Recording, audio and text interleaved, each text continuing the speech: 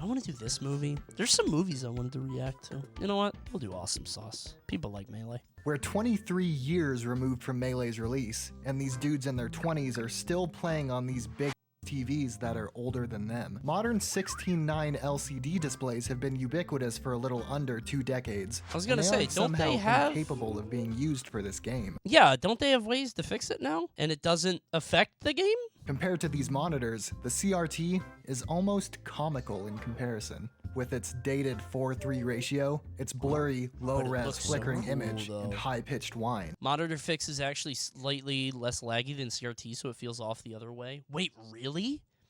Dude, that's crazy. Running the tournament on Wii's using unofficial software to do something they can't normally do puts them at risk of the great evil of gaming's wrath. Your ass better not be freezing PS2. PS1, it's PS1. Typical cathode ray tube television does display a 4:3 aspect ratio. Melee itself does not, and instead actually runs at the bizarre 7360. What? It's always slightly zoomed in, a process called overscanning that was designed to accommodate different CRTs displaying different amounts of what's TVs actually used there, to be fucked up, while hopefully not showing these empty areas. Yeah. This is also why old games, Melee included, make sure not to put UI elements too close to the borders of the rendered image, to ensure they're not cut off by the actual part of the game displayed on a CRT. Also, and this is like a weird thing about, I don't know how it is for like normal CRTs or TVs, but I can tell you arcade things. So that's a CRT in there. There's actually a little like command thing, and you have to flip the dials, and if you don't do it, you like lose part of it on the bottom and the top, so you have to manually calibrate it. I don't know how it was for TVs like that. I think they're all different, but yeah. There's a really cool wire in there. Yeah, there's also a wire in there in the back, and if I touch it, I die instantly. I'm hit with like 10,000 volts of electricity in a moment, and then I just perish. Yeah, see this thing right here? That thing will kill you. This little suction thing, the little... Yeah, you're supposed to wear a rubber glove or do something with it, but all CRTs have this little red wire, which is very, very bad. It looks very touchable. It ain't. It ain't. Don't do it. When a technical mishap forced production to capture the gameplay straight from their cameras, I got to see how much of the game was being hidden on their CRTs. Damn, and yeah, it's actually. a good amount. Look at how close the percentages are to the bottom of the screen. Yeah. Despite how much space is That there shit in actuality. is cramped. We can see that not only is the top of this border graphic closer to the borders of the screen than usual, It looks so smooth, it's also though. only cut off at the top left, indicating that this display is slightly off kilter as well, ultimately resulting in CRTs are crooked stupid. and significantly cropped gameplay for these two players due to the CRT's design. While the devices used to run tournaments might not have changed in 20 years, that doesn't mean the game remains static as well. But I think the simplest, and perhaps most interesting way to talk about how a game might continue to develop so deep into its life is with one character. Here we go. Okay. I thought it'd be Jigglypuff. I think Jigglypuff is sort of the harbinger of the end of times. Jigglypuff is the rider on a pale horse, I think. Maybe Donkey Kong is the one who defies her. Donkey Kong is the indomitable human spirit. Donkey Kong. Donkey Kong is is bounty. Donkey Kong reveals to us that there is still so much left to learn. Oh my god! In the same way that Yoshi did. Oh my god. Oh, that's terrible. Every 6 years, Melee has a little miracle where it's like, damn, what are we going to do? All the top players are leaving and getting older and starting families, and the game's getting solved, and this Fox player keeps winning everything, and he's very boring to watch. What the fuck? And then Yoshi comes along and wins shit. It's like, oh, thank God, 5 more years. And now you got Donkey Kong. Congratulations. But one day, the flame will extinguish. Cody straight. Hey, listen, somebody's got to win. I got nothing but love for Cody, but he is the cold indifference of space. He is the cosmic nothing. As I'm typing this script, the #1 ranked player in the world, Cody, just lost There he to an is. unranked Donkey Kong player Unranked? named Bing. Oh, I didn't know it was unranked. All these clips are against fast fallers. We are D1 hating on Donkey Kong now. Are you serious? We are haters balling Donkey. Dude, the game is fast fallers, man. While did win that big tournament, bodied 7 in May, fellow Donkey Kong player Junebug God, I love him. The times that we play Project M together and we're Playing a lot in MDVA and traveling for PM were some of my best Smash times. One of the worst drivers I've ever rode with, by the way. God-awful driver. Genuinely. Just miserable at driving. Both incredible achievements, both really good for the game. I'd wager the vast majority of people interested in Melee like seeing the meta Fucking... That's so toxic. The Nasby one fall off. shake up like this. But I just wanted to quickly update, considering it wasn't until very recently that Donkey Kong was seen as an even decent character. Decent? 11th or 12th? I mean, is Samus still around? Like, we're way past the days of, like, Duck, right? Yes? Who? Plup? Nah. Morse code. Right. Morse code did beat someone. I just don't know where the cutoff is. Because, like, you know, you had, like, Swift, right? The Pikachu player who was like, all right, it's not just one guy. If it's a one-guy character, I'm like, eh. Even Puff, I'm like, eh. But HBox isn't even the one guy now because you have other people, STJ and stuff. What about Yoshi, then? I mean, I agree. Yoshi is a one-guy character, yes. The means in which the game is played has, in fact, changed so drastically that it has altered what we know as Melee. Practice tools like 20XX and Uncle Punch's training mode have pushed the limits of what people can even, do significantly. Scrubs, who started playing weeks ago, are ledge dashing and properly timing and executing aerials so they're safe on shield. Things that really not that long ago were exclusively the domain of mid-level or higher players. Does this kill the humble mid-tier or low-tier? If everybody quits out on the Mario or the Luigi? Because they don't get the practice, but then since they don't get the practice, people aren't ready for them. It empowers it. Yeah, exactly. So, like, if everybody on Slippy wants to fight Fox and Falco, can you just roll up with Mario and, like, damn, you don't know. Yahoo! Hit the forward air, Oh, God, Falco, stop that. Oh, no, Jesus. He's so strong. It's not a stretch to say that these tools, accessible online play and robust training mods, are what allowed the people who play Donkey Kong to shatter the glass ceiling and begin getting significant results. Yeah, I guess because if you were playing Donkey Kong before, you would need to invest a lot of fucking time. Because you're only getting like 3 sets in a tournament, maybe. Even, like, you need a lot of practice to be able to figure these matchups out. Is it happening? Is it happening? Oh, you missed it before! That uppy is silly. Is it happening? What a silly move. Uh-oh, did you land on me? I'm invincible for some reason. Goodbye, Falco, at 100. No rage, by the way. Compared to every other mid-tier, you see gradually accrue solid here we go. great results in one competitive guy, Melee. couple Donkey guys. Kong's emergence as a viable 20 character guys? has been 20 years. Okay. We kind of mixed me up on that one. You changed the I was like, 20 dudes? You said 5 before. What's a mid-tier anyway? And what actually is a bad character? It's not uncommon to see opinions expressed online that half of Melee's roster is garbage, or even more hyperbolically, unusable. When, to the contrary, some of Melee's bad characters arguably possess the best version of specific attack types. Oh, it is kind of weird that we went from the whole, like, Fox only FD kind of deal that everybody used to talk about to, like, now mid-tiers are way more common than they've ever been. But I still don't see any of these characters, bro. Having nearly half the cast is viable 20 years later is pretty insane. Yeah, and it's funny because, like, so many people will, like, it's a chicken and egg thing because so many people just say this is sort of the value of no patches. But I don't know if that's true. It's the value of no patches and also a fucking lot of people playing. A lot of people sort of make the insinuation that any game that doesn't get patches will develop the same way. It's like, well, people have to care about it. And a lot of it is luck, yeah.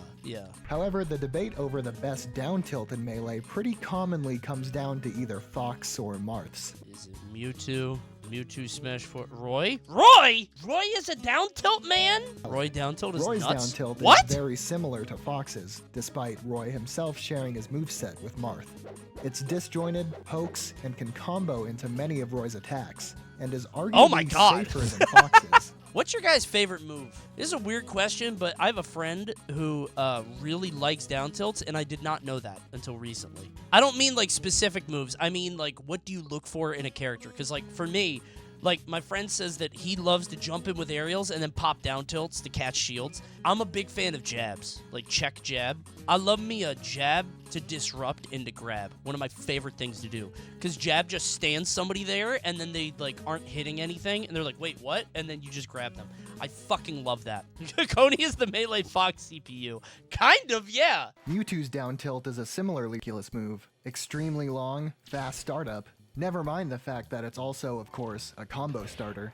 This is my pick for best down tilt in the game. Yes, see? I told you! I told you it was better! As a quick aside, how funny is it that Pichu, the confirmed funny haha joke character in the game, made for those lapping their friends and family in skill, is not actually the worst character in the game? Just shows Sakurai doesn't know what the fuck he's doing. Oh shit, is that Glock?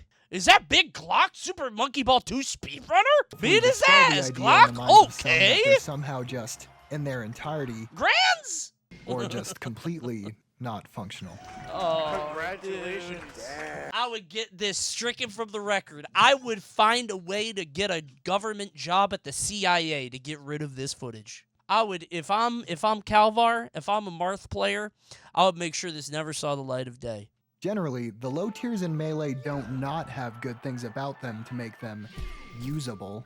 They simply have less good options than good characters. I think this one-dimensionality Melee's weaker characters possess is why many players will instantly quit out on low tiers when matched with them online. Yeah, right.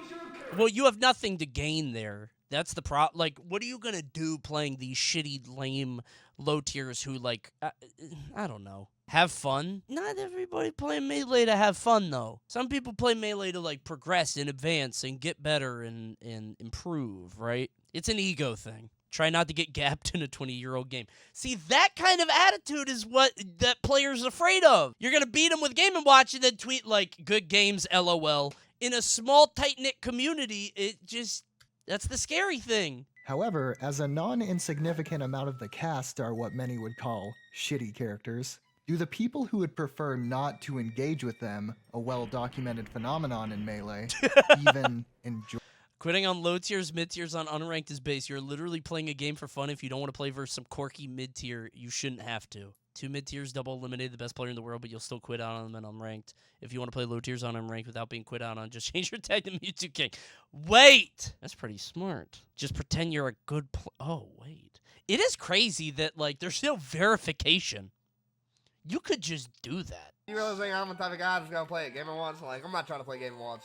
Or do they, like me, just enjoy their own Melee minigame, where they pick and choose the aspects of the game they enjoy, while actively disliking or outright refusing to play against a third or more of the cast? Yeah, like if it's not going to be valuable to you in the long term, a lot of people I feel like would be like, fuck this. It just makes it so low tiers can skill gap people in bracket. I mean, if you fight one. Let's say that I have no knowledge in the Mario matchup. If I win 2 rounds in bracket, I'm probably safe. Because that Mario also has to beat 2 people. So if I'm dog ass at a low tier matchup and I'm not prepared for it, like I could just probably coast by fighting foxes and then they get weeded out anyway. Unless it's a mid tier no lifer. Well, that might be different. Super Smash Bros. Melee, Damn, this looks or cool. just Melee, is a 2001 party platformer fighting game that has cultivated a cult-like cult following. Of course, Melee as a concept has taken on an identity of its own. They could mean any one of these ideas, or any combination of these ideas. A community full of those that have taken to any of these different Melees has contributed to one of the longest-standing competitive gaming scenes ever, and one that is, thanks to the contribution of many, still getting new blood to this day. Goes to Melee. New blood that may not even actively play the game. Damn, dude. I didn't know numbers were up like that. How much of this is other shit shutting down, though? Numbers are up? Yeah, but how much of this is like, all right, we don't have a big house anymore. Shine's dead. Like, I think we're going to get centralized into, like, 3 or 4 events. This is before Big House shut down. No, you're right. Yeah, more interest in regional type stuff now. I mean, regionals are fucking based, dude. I would always say to go to a regional instead of a national as your first event, except SmashCon. SmashCon should always be your first event. Oh, that's true. Yard and Lud. I mean, Yard, like, the Ludwig Yard thing is probably a new gen of Doc kids. And, like, a new game always pulls in new people. Like, when I worked at Panda, my sort of philosophy was you push the new game, and then people will come in, play the new game, and a pretty big portion of them are going to be like, wow, this sucks, but what's going on over there? And they're going to see the old game, and they're going to like that more. The new game will always be a funnel into the old game. Smash in general just feels stranded, if that makes sense. Yeah, it feels rudderless, I think is what I would describe it. There's no ongoing narrative. There's no, like, one of the things that I really tried to push at Panda was, like, defining the cultural conversation, and it sounds pretentious, I know, and I'm sorry for this. By making the content, you can sort of guide the conversation and what people are talking about in the moment, and whether it's rankings, whether it's like how the meta is developing, whatever, and there's no sort of greater conversation happening, so what you get is content that's just like, whose down B is called the poop butt move? Oh, the poopy butt move. Oh, I don't know. It's this guy. It's like you could get fun popcorn bullshit content, but you can't get stuff that gets people invested. I think you need something to get people invested and involved beyond just the game itself. Whether it's like players, storylines, whatever, narratives. And there's a way to do that without heavy-handed like esports content. And there's nobody really doing that conversation right now is all. And I don't think it's possible right now, by the way. 6 years into a game, nobody's gonna fucking care. I think it's hard to do without a circuit, without a national level, like, you know, like a big thing. I don't know, in other parts of the world, alt is thriving. Dude, yes, absolutely. I should always say that, too. Like, in Japan, it's huge. Dude, apparently, the tournament last night, in less than 12 hours, has 1 million views. Streamed 14 hours ago, 1 million views. Japan loves Ultimate, man. Evo didn't even hit 1 million views. Yeah, dude, I'm shocked. A spectator who tunes into tournaments can like Melee as a competitive player can like Melee, just not in all the same ways. In fact, one of the biggest contributors to modern Melee isn't known for entering tournaments or even being a big player of the game, and yet is celebrated as the very reason Melee made it through an era when Who's your main in this game? What, in Melee? Oh, I've been watching this video so long, I got the same question from an hour ago. My bad. I don't play anybody in Melee because I don't like Jigglypuff. One of the biggest influences of Melee's prior era is also not known as a player, but nonetheless drew so many people to the game with his Smash documentary that the demographic of players he introduced to the game are known as Dog Kids. Boo! I still haven't watched this vid. Wait, you've never watched the doc? It's a good piece of media. Evidently, GR Smash enjoys Smash as a series rather than just a single entry. Yet, regardless of his preferences between Smash titles, was passionate enough about Melee to document thousands of moments throughout its history. I've always thought of him as a Melee guy only, but I guess he has Ultimate stuff. Don't we still not know who GR Smash is? I remember people sort of thinking it was Green Ranger, the Donkey Kong player, but I don't know if we ever figured it out. GR Trash was funny because GR Trash is literally Australian, but everybody thought it was a guy named Quan, who's from SoCal, who worked on 2GG. Somehow they worked that out, so everybody thought it was Quan. It's not Quan. Apparently, GR Trash is a Australian dude who I think just doesn't really like Smash anymore. I would assume he keeps saying he's gonna make videos. I get why he doesn't. He's one of my favorite. Like, I fucking love his stuff. Put simply, while I don't actively compete in Melee, I still do create for it. And I think being able to find a way to still contribute to and enjoy a concept as diverse as Melee, like this, without interfacing with most or any of the actual game, is why Melee has endured for so long for so many people. Sure. Want to hear about a time Melee made me feel something? It was in 2016, the year I got into Melee, that a tournament called Battle of the Five Gods was held. A tournament that would definitively mark the end of an era. So this one's really funny. And maybe I'm getting this wrong. This might have been a different date. I remember TK worked, I think, MC at this event, and he got so much shit for this. He commentated top 8. Oh, was that it? It was just the same, commentary discourse. If he commentated top 8, I kind of get it. If the idea is, like, 5 gods, and then you have this Smash 4 guy coming in, and, like, he doesn't have the same level of prestige, I guess I kind of get that. Felt like he hadn't watched in a while. If you're a Melee player, and there's a tournament literally marketing itself as the top of the top level prestige, and then a guy who doesn't quite know the game at that level is commentating. I get the frustration, but I also think that commentary discourse goes way too far sometimes. Along with 15 other extremely good but Walt's another significantly one. less People hate on decorated Walt, players, these gods, one of which was all but guaranteed to take the tournament, would fight for the title of the true god of Smash. Fortunately for Mango, this hubris led to the second and final set of the tournament going firmly to Hungrybox. Not enough. Yeah, but I actually don't know this moment. That's a rest. Mango going down. League of Legends music. The tournament. Battle of the 5 gods. Okay. Holy crap. At a tournament celebrating his gaming godhood, ironically, I don't think Mango has ever looked so human. Was he like guaranteed sad, or was his eyes just like? Do we know he was sad after that? He was looking down for one frame. Yeah, I'm saying like, are we analyzing it in the moment? I don't know. Whatever. And as Hungrybox's era of dominance comes and goes too, characters suddenly become viable 2 decades down the line. Seamless online play for this Circle of old Life game shit, becomes a yeah. reality. I know as I watch Legends of the Game, players who used to be so far ahead of the competition, they were called gods, struggling to take tournaments over the new generation of top talent, but still trying their best.